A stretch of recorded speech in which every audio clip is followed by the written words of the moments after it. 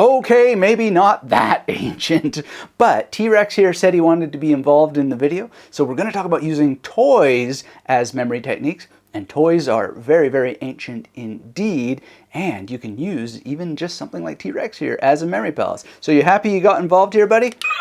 Oh, well, I don't know if that's the sound of happiness, but we'll see what we can do in this video about the most amazing ancient memory techniques you ever did hear. Do you get frustrated when you come across a video or an article about ancient memory techniques and they only talk about the Greek tradition? Yeah, well, me too. You see, when I first encountered memory techniques, I got really frustrated because as much as I love Harry Lorraine and others, they often just mention the Greek tradition in passing. Now, Lorraine in particular mentioned dusty old books, and I just wanted to know, what are those books? But it wasn't really until Ageless Memory that he got into what some of those old books were. So back when I first encountered memory techniques as a graduate student, I used my graduate student secret abilities to go into some of those ancient memory techniques, the real ancient memory techniques, and they are way older than the Greek tradition and some oddities of Kos and his memory palace. But don't get me wrong, those are powerful. The memory palace from the Greek tradition is a profound tool for learning faster and remembering more. It's just that it's not the only approach. And the ancient world has so much to offer our learning lives right now, not to mention offer people in the future. So if you're ready to discover a much wider range of mnemonic techniques, make sure to smash that thumbs up, get subscribed if you're not, because the mission that we have here is to make the ancient memory techniques work and continue to work for the future. And we can only do that together through things like courses, books, and games, and using toys. And games are the wave of the future. We've just recently run the first memory detective game. It's so exciting, and I hope that you'll be part of all the games to come, and you'll be notified by being subscribed, and ideally go into magneticmemorymethod.com to get the free course. All right, so there have been memory techniques throughout time, and as I go through this list, you're going to notice some crossover between the techniques, if not repetition. And that's okay, because all memory techniques appear to be spatial in one form or another. And you know, further, Giordano Bruno, who maybe isn't ancient, he's Renaissance, but that's still pretty old, he said in several of his memory improvement books, if anybody thinks long and hard enough about these techniques, they'll reach the same conclusion that he has.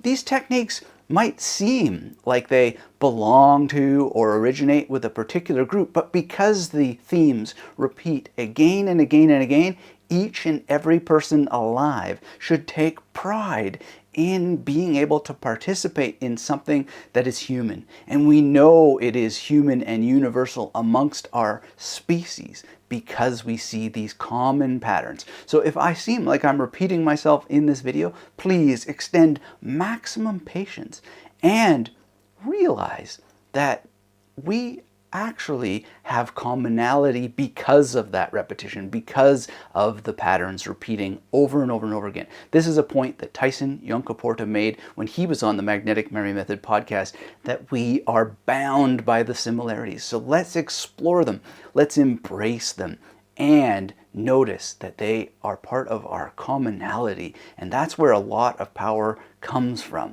Repetition is difference, and in that difference lies so much to explore, so much to benefit from. And you know, finally, it's useful to note that ancient can mean different things as we go through this list, because some people use it to mean very old, but it often specifically means before the fall of the Roman Empire. And that would rule out, for example, people like Giordano Bruno.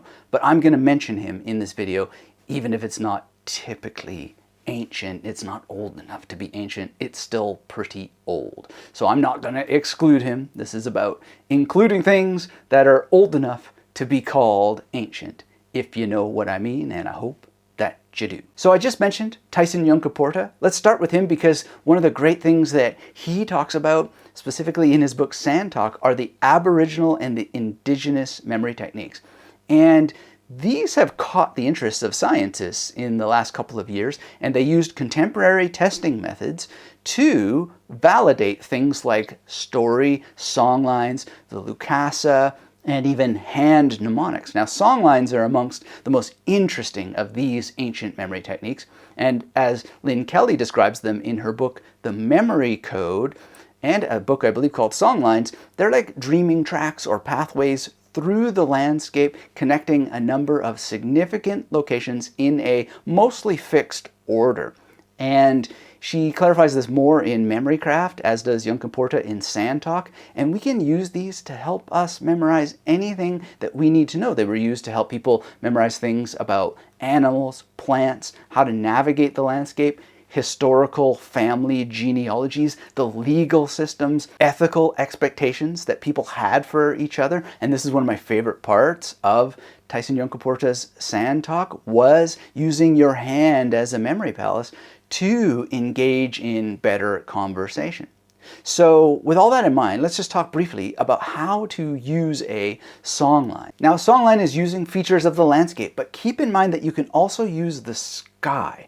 And when I made a particular songline, I wanted to learn the names of some of the Glasshouse Mountains, so I used the Glasshouse Mountains and the sky above them as my songline. This is just an amazing and fun way to use the landscape and lay out imagery to help remember Tibrogargan, Birwa, and Kunorin. I don't know if I pronounced those things exactly correctly, but the operation is quite simple. You place the associations at predetermined points along the sign line, then you use the songline in combination with rules of active recall to usher the information into long-term memory. And I've got a video all about active recall on this YouTube channel. Now, another ancient memory technique is abbreviations. Now, you might not really know how old abbreviations are, but according to Aaron Katz, in a really good book about memory techniques, Where Did Noah Park the Ark?, these abbreviations that we use to this day entered our practice as mnemonic devices at least as early as 132 AD. Now, as Katz explains, coins found during that period contain some of the oldest abbreviations in the form of reminders used by the Bar Kokhba rebellion against the Romans. And the abbreviations reminded them of what? Well, apparently it reminded the Hebrews of the year and their quest for freedom. This is so fascinating. And it seems like abbreviations are even older than that, because messages carved in stone used them, both to make it faster and easier to encode messages, and probably sometimes for secrecy through cryptography. Now, medieval scribes also used lots of special abbreviations in their work, including the Pekya system. And these days, abbreviations are used to help us remember all kinds of things, like the periodic table of the elements and even our to-do lists, or at least that's how I sometimes use abbreviations. So you can make simple abbreviations anytime, like walk, to help you remember a specific routine. W for walk the dog, A for buy apples, L for leave the nightlight on, and K for kiss your partner goodnight. Mwah. Sorry, T-Rex, I'll give you a kiss too. Mwah. Good night. Now there's another abbreviation-related technique that has evolved from these ancient traditions that are things like the Pegword method, which allow you to attach an image to each letter of the alphabet. So for the letter A, you might have an apple. For B, you might have a boomerang. For C, you might have a cookie, etc. And you could attach those images along a songline to help you remember spellings. And this is also related to number systems. Now, a lot of you probably know about the major system, or you know about the Dominic system, but did you know that these have an ancient precedence in something called the Katapayadi? Now, the Katapayadi is basically the same thing, just looked at differently, and it is a means of turning numbers into consonants based on the alphabet, then stringing those consonants together to help you make words. And in some sense, if you were to learn that, you would be doing something very, very similar to what we still do today. And I think that the Katapayadi is probably one of the origins of these systems, the major system, the Dominic system, PAO, etc., etc. And what I want to point out is this idea of using consonants and attaching them to numbers to make words is essentially like abbreviation. So for example, my image for 99 is Pope, and that's because the major tells us that 9 is a B or P, so I take two 9s together to make a word like Pope. So it's really PP. It's an abbreviation that then extends into a full word that then transforms into 99. So if I have to memorize 99 in a sequence of numbers, I'm going to have the Pope there. See how all this works? It's systems that wrap into other systems, very, very ancient, as we know from the Katapayadi, and it relates to another ancient memory technique, which is the use of abbreviation. Now, I'm not exactly sure that there are such things as Buddhist memory techniques, but in 2009, when I first heard Michael Roach talk about using Buddhist temples to remember various meditations, I instantly realized he's talking about the memory palace technique. And then later, when I read Karen Armstrong's book on the Buddha, she talks about similar things, using temples to remember parts of the meditations. And in this case, she mentions in the context of yoga. So how do you do this? Well, first of all, you simply sort of chunk down the different parts of a meditation, and then you place them throughout a temple. Now, if you don't have access to a Buddhist temple, any room will do, and this connects to the memory palace technique. And it's a lot like the Stations of the Cross in the church. So the main difference is really that you're using your imagination to place images on parts of the building instead of visiting actual stations with permanent images in them. So you go to the Stations of the Cross in the church, but in the case of the Michael Roach suggested meditation that apparently comes from Tibetan Buddhism, you are doing it mentally in your mind based on a mental representation of the temple. And this is essentially the memory palace technique. Not the Greek version, but very, very similar. Now, let's talk about something called the Ars Notoria. Now, this is maybe not ancient, but it's really quite old. And as Dr. Justin Sledge and I talked about, it's a way of boosting concentration more than anything else, and it probably worked for its users. So in brief, this is a memory hack that asked you to stare at images and recite the names of angels and other words. We're not entirely sure what all those words were, but it was eminently practical too, in a very practical way, because it made some wild promises, sure, but it still encouraged its users to read books and go to lectures. And because we now know from many scientific studies that doing some form of meditation, some sort of mindfulness, actually improves your memory. It makes you able to pay attention better, which is instantly going to make things more memorable, but it also allows you to pay attention during recall practice better, which helps form memories. So if you're interested in the Ars Notoria, there's a video that I've linked to below where Justin Sledge and I talk about it deeper. It's a kind of hard book to read, but it's fascinating, and it is indeed very old. Now, I've been referring to the Memory Palace, and I assume a lot of you already know about it. So let's just very briefly touch upon it. The idea is that Simonides of Kos was at a banquet hall, and this is why it's worth rehearsing. There was an earthquake that destroyed the banquet hall, and he was called out during that destruction to talk to Castor and Pollux. And it's a really interesting story to get into, but the point is that one of the reasons why it stood the test of time is that it has destruction, loud noises, an earthquake that tore the place to the ground, and he was the only survivor. Now, because he remembered where everyone was sitting, he was able to help the authorities identify all the bodies. Yes, bodies. So there's tragedy involved in this story. And he was literally recreating their positions in the banquet hall using a mental journey. And because this journey took place indoors, the idea of a memory palace took hold. Now, the point is, though, is that all of this dramatic action is so memorable. You can see a building crashing to the ground. And that's what we want to inject in all of our memory techniques. We want drama. We want action. And so that's what we can learn above all from the story of Simonides Kos. Because when we have the journey room, the Roman room, the mind palace, all these things, method of loci, we have all these terms that have to do with placing associations in space. The thing that we need to make sure is that we have just as much drama as Simonides of Kos experienced in that story, because it's the drama that makes it memorable. So please make sure you always remember that point. Make it as loud as a building crashing when you place your images in space, whether it's on a songline or in a room that you're sitting in, like a room like this. He's right.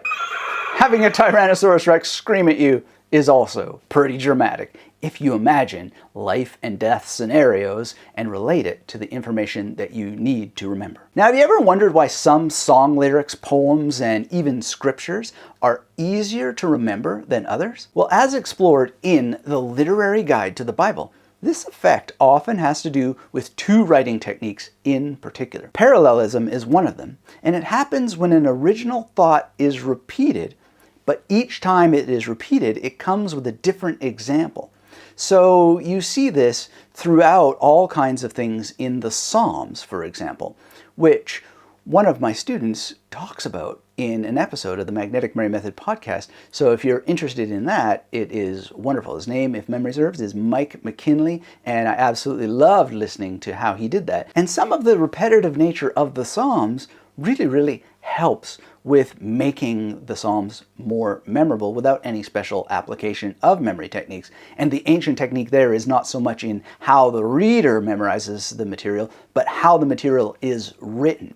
And there's other ways you can think about it. Like if you listen to My House by Lou Reed, there's lots of parallelism where images and ideas are presented at the beginning of the song and they appear again and again, but they're transformed each and every time, adding more details, adding more nuance. Now, another version is enveloping, and this may involve straight up repetition in a text, or it can be done with a twist, as Shakespeare often tantalized us with by ending his sonnets with these puzzling phrases that make you rethink everything he said at the beginning of the poem. And as Dave Farrow shared in his episode on the Magnetic Memory Method podcast, puns like those used by Shakespeare and these twists can be highly memorable. So one thing that you can consider when you're creating your mnemonic images is to not always have them be imagistic. Think about how you can use logical repetition and how you can sometimes twist things around by making puns. This takes a little bit of practice. It's a little bit, I don't know, something that is not as obvious as the others, but it's definitely ancient. And it's part of why Shakespeare persists to this day, because we get such delight out of the ways that he twists things around. And one thing that I memorized is, if there be nothing new, but that which is hath been before, how are our brains beguiled? And this how are our brains beguiled is one of these linguistic plays that has a bit of enveloping and parallelism in it at the same time. And it's part of what makes it memorable, and then you just have to figure out how to use memory techniques to remember that, but it is itself a little bit memorable because of how the parallelism and the enveloping work. How big are your hands, T-Rex? No, sorry, they're not big enough to be used. Well, maybe we could get away with a little bit. Let's see. Hand memory palaces. They are very powerful. I mentioned them a little bit earlier. Let's talk a little bit more about them in depth. Yes, including your hands, T-Rex. You really got to read this book called Medieval Music and the Art of Memory, in which Anna Berger details the use of the hand as a mnemonic device.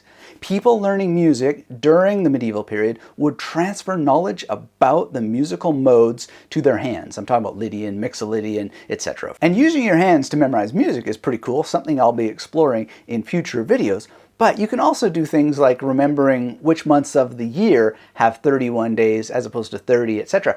by using your hands in particular ways.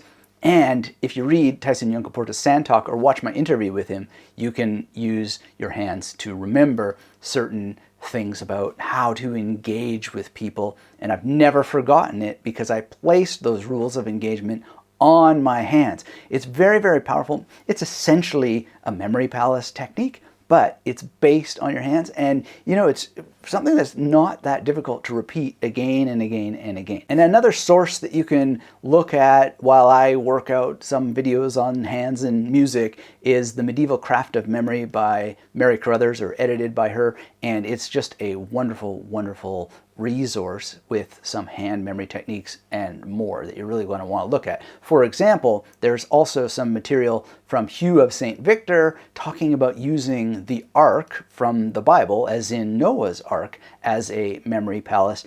And there's just such potential in this, because imagine having a painting like the Mystic Ark that you could use to help you memorize key points from the Bible by distributing them around this structure. Again, it's a memory palace technique, but it's now fusing the context of a text with a structure or a vehicle from the text itself.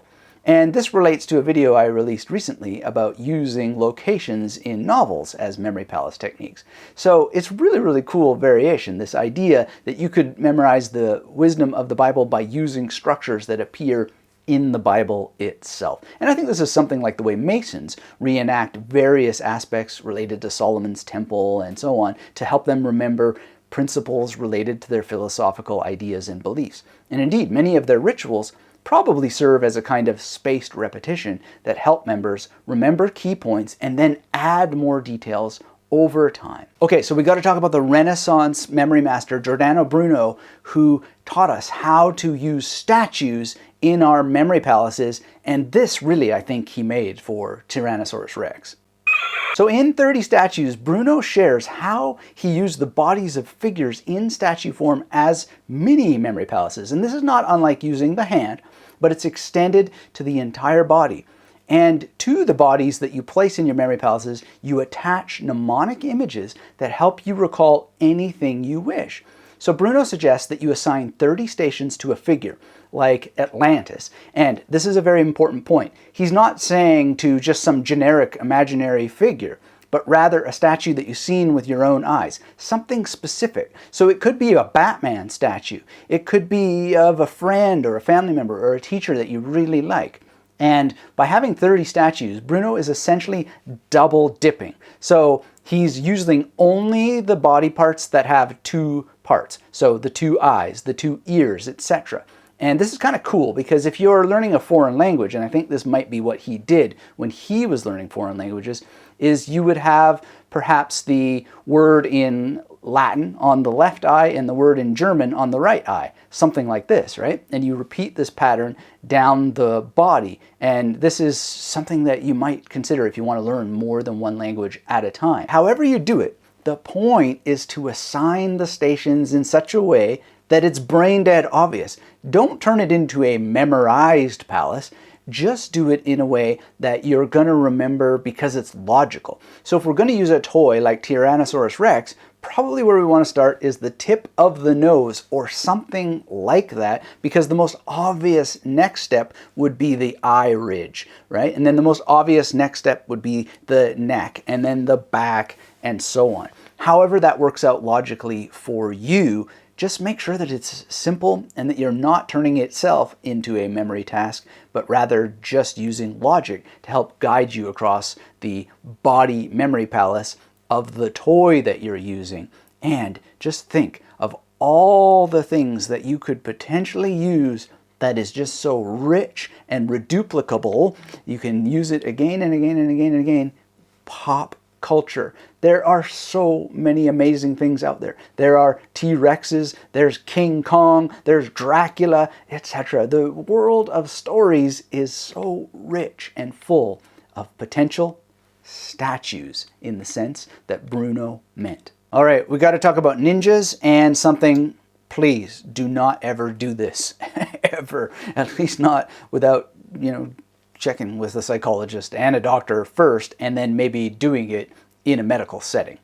But ninjas, it's true, they used at least 2 memory techniques to be successful in their trade, which involves spying, and their particular version of espionage began in the 15th century. They required excellent long-term memory abilities. They needed to be able to carry information sometimes for months because they couldn't carry paper. They didn't want to get caught with paper. And so to retain the information over the long term, they would often shave their heads and then scar the information into their scalps, and then grow their hair and escape the territory that they were in, right? So they were doing what Bruno suggested by making body memory palaces or statue memory palaces, statues of their own bodies, but they took it to the next level by actually carving mnemonic imagery into their flesh. And this is pretty intense. So I don't recommend, fubu no jutsu, and it's pretty intensive. But to this day we do things with tattoos. I have one particular tattoo that I got to remind me of something in particular, which has to do with surviving depression. And I didn't do it exactly quite the right way, but it is a powerful reminder, and it is cut into my skin, so I get the ninja techniques. And the other thing that ninjas used that was a little less gruesome is something like the major system. They used number systems, and it plays out very, very similar in terms of having consonants related to numbers. Now, I've got more of these techniques for you, but I just want to let you know there's a written version of this material on my blog and the recorded audio podcast at magneticmemorymethod.com, where you'll find a couple of additional ancient memory techniques that I want to share. And before we get into the final one for today, I want to thank our channel members and everybody who has supported this project by having one of my books or my courses or joining the new Memory Detective game. All of these things are just wonderful blessings to be able to do with you as we take the great memory tradition into the future as a community and a bunch of people who want to have fun with memory techniques, which is what it really should all be about. And some of these ancient memory techniques, because as Harry Lorraine said, they're in these old dusty books, they can seem old and dusty and maybe tedious, but they're supposed to be fun, and they really are fun. They're so amazingly fun. So with that in mind, the last thing that I want to discuss are some really, really interesting points that I think will help you in your practice before I leave you to come and discover the other ones that I have for you on the blog post version. That was Robert Fludd's thoughts about using a theater. So Robert Fludd was a really, really interesting character, and he argued for pages and pages and pages that you should base your memory palaces on real locations. It's as if he's insisting on using a songline, right? And why? Well, he thought that it would strengthen your skills with your memory, and if you used imaginary locations, you would weaken your mind. Now, I don't fully agree with this, but there's something to what he's saying. And the clue, I think, that is in his suggestion to use theaters is that when you use a theater, the theater is real, so you don't have to memorize it. You've just been there. You know what the theater is like. At least this is in his era. We may not know theaters anymore as well as people did back then, but they just had free real estate, free memory palaces, because they watched the plays play out. But something more. They had characters. So they had Prospero from Shakespeare's The Tempest. They had Hamlet from Hamlet. Hamlet, by the way, some people think is based on Giordano Bruno because he was such a stubborn person. And that seems quite likely to me. So what that means is you also have characters on demand that you can use to help you remember information. You can animate the information that you want to memorize by simply drawing on the characters you just saw in the theater. And this is a lot like my suggestions to use Batman, to use Dracula. It's free material from your culture. It is using memory that you already have instead of memorizing things in order to use those things. Now, I don't think that you have to avoid memorizing things in order to use them, because using memory techniques is a self-reinforcing system. The more you know, the more you can know. And when you memorize a new author, you look that person up, you get a sense of them on video, etc. They can now become a tool in your memory palaces. So it's not one or the other, but I can see both sides of the coin, and I myself in my own practice, I go out of my way to use information that's already in my memory so that I can spend time on memorizing new things and then transform those new things into tools for use in how I use the art of memory. And I recommend you thinking through those things too. Now, as you head over to my blog for material on the memory wheels and something involving more twists and turns, just understand that nothing has changed, as far as I can tell, about these ancient memory techniques for thousands of years. And I suppose that changes are coming with AI and maybe apps that will dig into our brains and so forth. But for now, because these techniques have helped out not just a few people, They've helped out millions of people over the years. They can help you too. And if any of them seem hard, please understand that's just normal in the beginning. And the only way for memory techniques, whether they're ancient or new, to get easier is to get started. Not now, but right freaking now. Because tomorrow, well, tomorrow famously never comes. You can't go back in time, so yesterday simply won't do. Please, get started with these techniques. It's not a cult, it's not a religion, even though it has appeared in those ways in the past. It's just a mental art of combination, and it's absolutely powerful. But if you want to see how some of the weird cultic things have been involved in this strange art, then you might want to watch that interview that I mentioned with Dr. Justin Sledge on Ars Notoria next.